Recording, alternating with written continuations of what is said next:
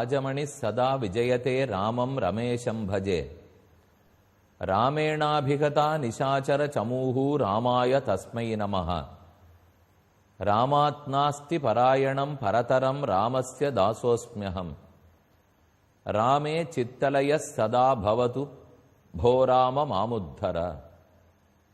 ராமன் நம்முடைய நெஞ்சத்தில் எப்போதும் வீற்றிருக்க வேண்டும்.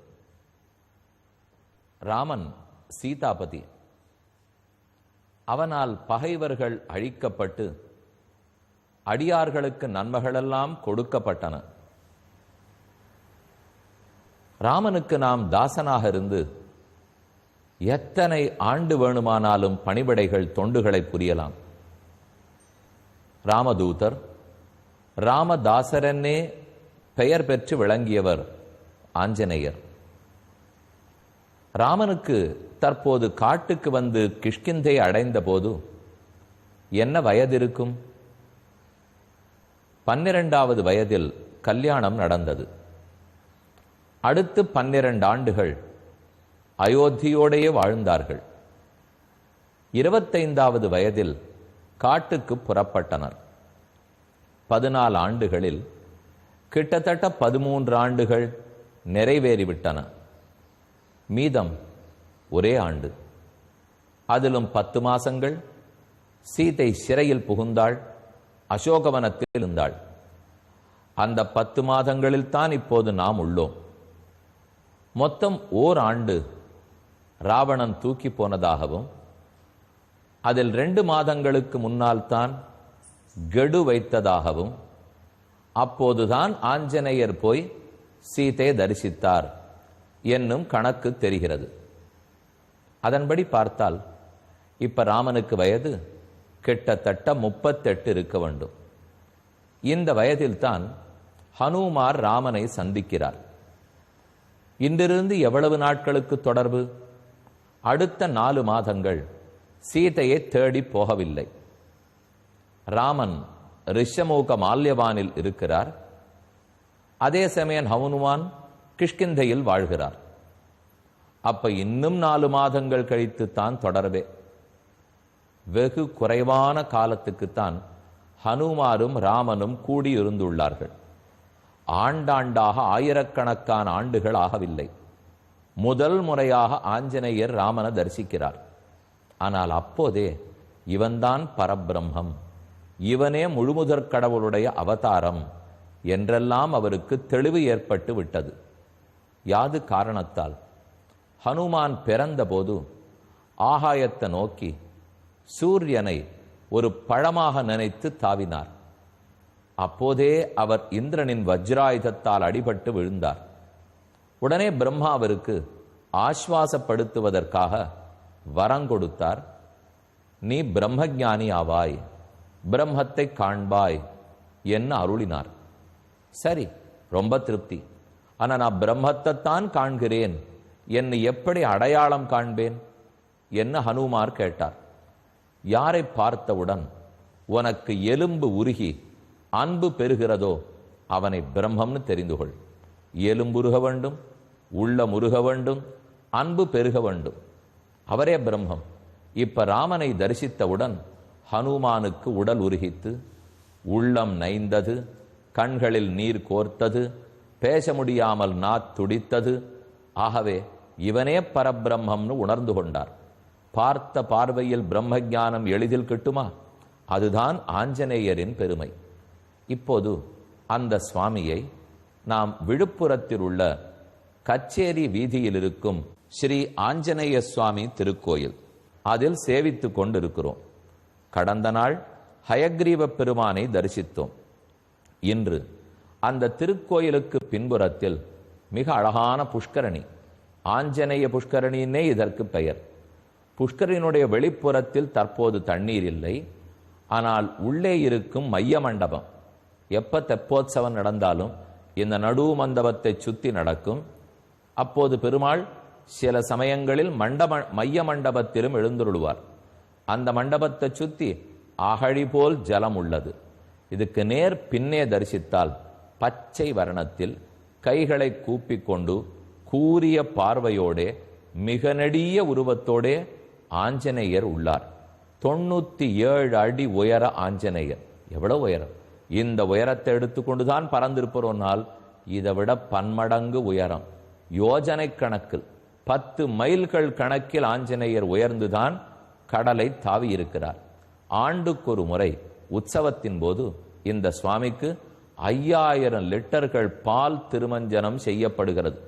எப்படித்தான் செய்வார்களோ இந்த உயரத்தில் அவர் திருமஞ்சனம் கண்டருளுகிறார். உயரமான ஆஞ்சநேயரை தரிசித்துக் கொண்டு கோயிலுக்குள் சென்று ராமரை சேவிக்க வருகிறோம். உற்சவமூர்த்தி நடுவே ஸ்ரீ ராமச்சந்திரன், ஓர் புறத்தில் லக்ஷ்மணன், மற்றொரு புறத்தில் சீதை. இவர்களுக்கு அருகே அபயப்பிரதானம் பண்ணிக்கொண்டு ஆஞ்சநேய சுவாமி தன் இடது கையில் கதை, வலது கையில் அஞ்சேல் என்னும் முத்திரை, இவைகளோட ஆஞ்சநேயரும் சேர்ந்து தரிசனம் கொடுக்கிறார். ராமர் உற்சவரையும் சேவித்தோம், நீண்ட நெடிய ஆஞ்சநேய பெருமாளை தரிசித்தோம், ஆஞ்சநேய புஷ்கரணியும் சேவித்துக் கொண்டோம். இனிமேல் உள்ளே சென்று பிரதான ஆஞ்சநேயரை தரிசிக்க வேண்டும். அதை அடுத்த நாள் பார்க்கும்போது செய்வோம். இப்போது அடுத்த சர்க்கத்தை அடைகிறோம். ஹனுமான் தான் இன்னார்ங்கிறத ராமனிடத்திலே விண்ணப்பித்து விட்டு நீங்கள் ஆர் என்று கேட்டார். இப்போது ராமன் பதில் கூற வேண்டும். ஆனால் சொல்லவில்லை. 3வது சர்க்கத்தினுடைய முடிவில் இருக்கும். அனயா சித்ரயா வாச்சா திரிஸ்தான வியஞ்சனஸ்தயா கஸ்ய நாராத்யதே சித்தம் உத்யதாசேர் அரேரபி ஏவம் விதோ யஸ்ய தூதः ந பவேத் பார்த்திவஸ்யது சித்யந்தி கதம் தஸ்ய கார்யாணாம் கதயோனுக. ஹே அனக, குற்றமற்றவனே, ராமன் லக்ஷ்மணனிடத்தில் பேசுகிறார். இவரை போல ஒரு மந்திரி இருந்தால் எந்த காரியம்தான் நடக்காது? இவரை போல இல்லாதவர்களுக்கு ஒரு நாளும் காரிய சித்தி ஏற்படாது. ஏவமுக்தஸ்து சௌமித்ரி சுஜ்ரீவ சச்சிவம் கபிம் அபியபாஷத வாக்கியஜ்ஞ வாக்கியஜ்ஞம் பவனாத்மஜம். நன்கு பேசத் தெரிந்த வாயு குமாரனான ஆஞ்சநேயருக்கு அவர் கேட்ட கேள்விகளுக்கெல்லாம் லக்ஷ்மணன் பதில் சொல்ல ஆரம்பித்தார். தமேவச்சாவாம் மார்காவஹ சுக்ரீவம் பிளவகேஸ்வரம் விதிதா நௌகுணா வித்வன் சுக்ரீவஸ்ய மகாத்மனஹ. நீ சொன்னதிலிருந்து ஆஞ்சநேயரே சுக்ரீவனின் அருமை பெருமகளை அறிந்தோம். நாங்களும் அவரோடே தோழமை கொள்ளத்தான் வந்திருக்கிறோம். எங்களுக்கு ஒரு காரியம் ஆக வேண்டி உள்ளது. ஆகவே நாங்கள் சுக்ரீவனோட சந்தி பண்ணி கொள்ள வந்திருக்கிறோம். கேட்ட ஹனுமானுக்கு ரொம்ப திருப்தி. நாம் நினைத்தபடிக்கு இவர்கள் சுக்ரீவனோட சேர்ந்து விட்டால் அப்ப இழந்த அரசை சுக்ரீவன் பெறுவான், நல்லது நடக்கப் போகிறது என்று நினைத்து கொண்டு திருப்திப்பட்டார். தத்தஸ்ய வாக்கியம் நிபுணம் நிசம்ய பிரகிருஷ்ட ரூபா பவனாத்மஜ கபிஹி மனசமாதாய ஜயோபபத்தௌ சக்கியம் ததா கர்த்துமியேஷ தாபியாம். நாம் எதை நினைத்தோமோ அது நடக்க போறது போல் இருக்கே. இது மட்டும் நடந்து விட்டால் அப்ப 2 பக்கத்துக்குமே நன்மை. ராமனு ஏதோ காரியம் நடக்கணும்னு சொல்றார், நாம நடத்தி கொடுத்துடுவோம். சுக்ரீவனுக்கும் காரியம் நடக்கணும், அதை ராமன் நடத்தி கொடுக்கட்டும் என்ன ஆஞ்சநேயர் நினைக்கிறார். அடுத்து 4வது சர்க்கம் இலக்குவன் கூறும் பதில். தத பிரகிருஷ்டோ ஹனுமான் கிருத்தியவானிதி தத்வச ஸ்ருத்வா மதுரபாவஞ்ச சுக்ரீவம் மனசாகதா. மனத்தால் ஹனுமான் கிருத்தியவானிதி தத்வச, இப்படி ஆனந்தப்பட்டு ஹனுமான் கைகூப்பி கொண்டிருக்க கிமர்த்தஞ்ச வனங்கோரம் பம்பா கானன மண்டிதம் ஆகத சானுஜோ துர்கம் நானா வியால மிருகாயுதம். எதற்கு இந்த காட்டுக்கு வந்தீர்கள்? அண்ணனும் தம்பியுமாக, கரியவனும் சிவப்பானவனுமாக நீங்கள் இருவரும் இந்த கோரக்காட்டுக்கு ஏன் வந்தீர்கள்? நிறைய துஷ்ட மிருகங்கள் இருக்கிற இடமாச்சே. அப்ப லக்ஷ்மணன் மெதுவா பதில் சொல்ல ஆரம்பிக்கிறார். ஹே குரங்கே, ஹே ஹனுமன்னு, ஹே பண்டிதனே, எப்படியும் அவரை கூப்பிடலாம். அவரை கூப்பிட வேண்டியது முக்கியம் இல்லை. தங்கள் கதை சொல்றார். ராஜா தசரதோ நாம துதிமான் தர்மவத்சலஹ சாதுர்வர்ணியம் ஸ்வதர்மேண நித்தியமேவாபிபாலயன்னு.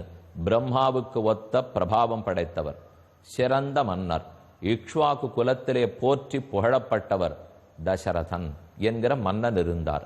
வெகு நாட்கள் புத்திரபாகியம் இல்லை. மேலும் ரிஷசிருங்க முனிவரை கூட்டு புத்திரகாமேட்டி யாகம் பண்ண 4 புதல்வர்கள் பிறந்தார்கள். மூத்தவன் ராமன். இதோ இந்த கரிய செம்மல் தான் ராமன். அவருக்கு இளையவன் இலக்குவன். இதோ நான் தான் அந்த லக்ஷ்மணன். நத்வேஷ்டா வித்யதே தஸ்ய சதுத்வேஷ்டின கிஞ்சனம் தஸ்யாயம் பூர்வஜ புத்திரஹ ராமோ நாம ஜனைஸ்ருதா. மூத்த மகன் ராமன். இவர் உலகத்தில் நிரம்ப புகழ் பெற்றவர். சரண்ய சர்வபூதானாம் பிதுர் நிர்தேச பாரகா, அனைவராலும் வணங்கப்படுபவர். தந்தை சொல்மிக்க மந்திரமில்லை என்கிற ஒன்றையே நிரூபிக்க நாட்டை துறந்து காட்டுக்கு வந்தவர். சேஷ்டோ தசரதஸ்யாயம் புத்திராணாம் குணவத்தரஹ, இவன்தான் மூத்தவர், குணங்களிலும் மூத்தவர், பிறப்பிலும் மூத்தவர், பண்பிலும் மூத்தவர், வீரத்திலும் மூத்தவர். நாருன்னு சொல்றேன் கேட்டுக்கோ. அகமஸ்ய அவரோபிராதா குணைர் தாஸ்யமுபாகதா கிருதஜ்ஞஸ்ய பகுஜ்ஞஸ்ய லக்ஷ்மணோ நாம நாமதா. எனக்கு இலக்குவன்னு பேர். ஊரெல்லாம் என்னை பத்தி சொல்றது இவருக்கு தம்பின்னு. ஆனா நான் என்னை பத்தி அறிந்து வைத்திருப்பது இவருக்கு தாசன் என்று. குணைர் தாஸ்யமுபாகதா, இவன் குணங்களுக்கு நல்ல பண்புகளுக்கு தோற்ற அடிமை நான். லக்ஷ்மணன் தன்னை எப்படி அறிமுகப்படுத்துகிறார்? நானா ராமனுக்கு அடிமை, இதான் என் உள்ளத்தில் இருக்கு. ஆனா மக்களெல்லாம் தம்பின்னு சொல்றார்கள். நான் தம்பி என்று உரிமை கோர வரவில்லை, தாசன் என்று கடமையாற்ற வந்திருக்கிறேன். என்னுடைய தொண்டு புரிதலாகிற கடமை, அதற்கு கூட வந்திருக்கிறேன். தம்பினுட்டா ஒரு செருக்கு வரும் பாருங்க, உறவு தம்பி, அதுக்கு நான் வரல. நான் தாசன் என்ற அடிமையாகத்தான் வந்திருக்கிறேன். ராஜ்யாத் பிரஷ்டா மயா வஸ்தும் வனே சார்த்தமிகாகதா, என்னோடு சேர்ந்து இவர் கூட வந்திருக்கிறார். அதாவது ராஜ்யத்திலிருந்து வெளியேற்றப்பட்டார், அது கூட பொறுத்து கொண்டு ஆனந்தமாக காட்டில் இருந்தோம். அந்தோ இவருடைய மனைவியாம் சீதை தூக்கி செல்லப்பட்டாள். அந்த கதை சொல்றார். தச்ச நஞாயத்தே ரக்ஷா பத்னி ஏனாஸ்ய வாகிருதா. அப்போது ஓர் அரக்கன் பஞ்சவட்டியிலிருந்து இவளை தூக்கி போனான். யார் அதுங்கிறது எங்களுக்கு தெரியாது. கிருத்ரராஜர் கழுகரசரானவர் இறந்தார். அப்ப ஜட்டாயு சொன்னபடிக்கு ஒரு பேர் மட்டும் ஞாபகம் சென்றிருக்கோம். ஆனால் அவனை பற்றி கபந்தன் என்னும் ஒருத்தனை நாங்கள் அழித்தோம், தனுவனுடைய பிள்ளை. அந்த கபந்தன் தான் உன்னை பற்றி எங்களுக்கு கூறி உன்னிடத்திலே தோழமை கொண்டாள். நீ உதவி செய்து சீதையை தேடிக் கொடுப்பாய், ராவணனை பற்றி உனக்கு தெரியும் என்ன அவர் கூறினார். தனுர்நாம திதே புத்திரஹ ஷாபாத் ராட்சசதாம் கதஹ. திதியினுடைய பிள்ளை தனுன்னு பேர், அரக்கன் கபந்தன், அவன்தான் உன்னை பற்றி சொன்னான். ஆக்யாதஸ்தேன சுக்ரீவஹ சமர்த்தோ வானராதிபஹ ஏவமுக்த்வா தனுஸ்வர்க்கம் பிராஜமானோ திவங்கதஹ. இதை சொல்லிவிட்டு கபந்தன் அவன் சொர்க்கலோகத்தை அடைந்தான். நாங்கள் மெதுவே மேற்கு நோக்கி தேடிக்கொண்டு வந்தோம். அவன் பம்பாசரசு சொல்ல அதை பார்த்தோம், ரிஷ்யமூக பர்வதம் சொல்ல அதையும் பார்த்தோம். உன்னையும் சந்தித்து விட்டோம். நீதான் இப்போது சுக்ரீவனை பற்றி பேசியிருக்கிறாய். எங்கள் ராமன் உங்கள் சுக்ரீவனை எதிர்பார்த்து வந்திருக்கிறார். ஏஷதத்வாச்ச வித்தானி பிராப்யச்ச அனுத்தமம் யசஹ லோகநாத புராபூத்வா சுக்ரீவம் நாதமிச்சதி. எங்களை ராமன் ஒரு நாள் உலகத்துக்கே தலைவன், ஆனா இப்போது உங்கள் அரசனை தனக்கு தலைவனாக ஏற்று வந்திருக்கிறார். லோகநாத புராபூத்வா, முற்காலத்துல ராமன் தான் லோகநாதன். ஆனா இப்ப எதை எதிர்பார்த்திருக்கார்? சுக்ரீவம் நாதமிச்சதி, சுக்ரீவனை தலைவனாக ஏற்று வந்திருக்கிறார். தஸ்ய புத்திர சரண்யஸ்ய சுக்ரீவம் சரணங்கதா சீதாயஸ்ய ஸ்னுஷாசாசீத் சரண்யோ தர்மவத்சலஹ. உலகத்துக்கே சரண்யனாய் தஞ்சமாய் தசரதன் இருந்தான். அந்த தசரதனுக்கு பிள்ளையாக பிறந்த ராமன் உன்னை தஞ்சமாக நினைத்து வந்திருக்கிறான்.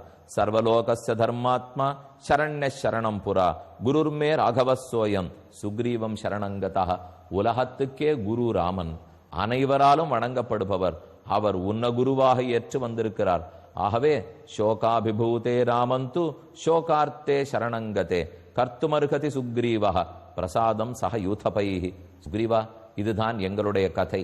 மனைவியை ராமன் இழந்தான், காட்டில் தவித்தோம், வரும்போது கபந்தனை கண்டோம், உன்னை அடையாளம் காட்டினான், உன்னையே சரணமாக பற்றி வந்திருக்கிறோம். சீதையை தேடுவதற்கு நீ உதவி புரிய வேண்டும் என்று லக்ஷ்மணன் பதில் கூறினார், முடித்தார். இனிமேல் சுக்ரீவனுக்கும் ராமனுக்கும் நட்பு மலரப்போகிறது. பார்ப்போம்.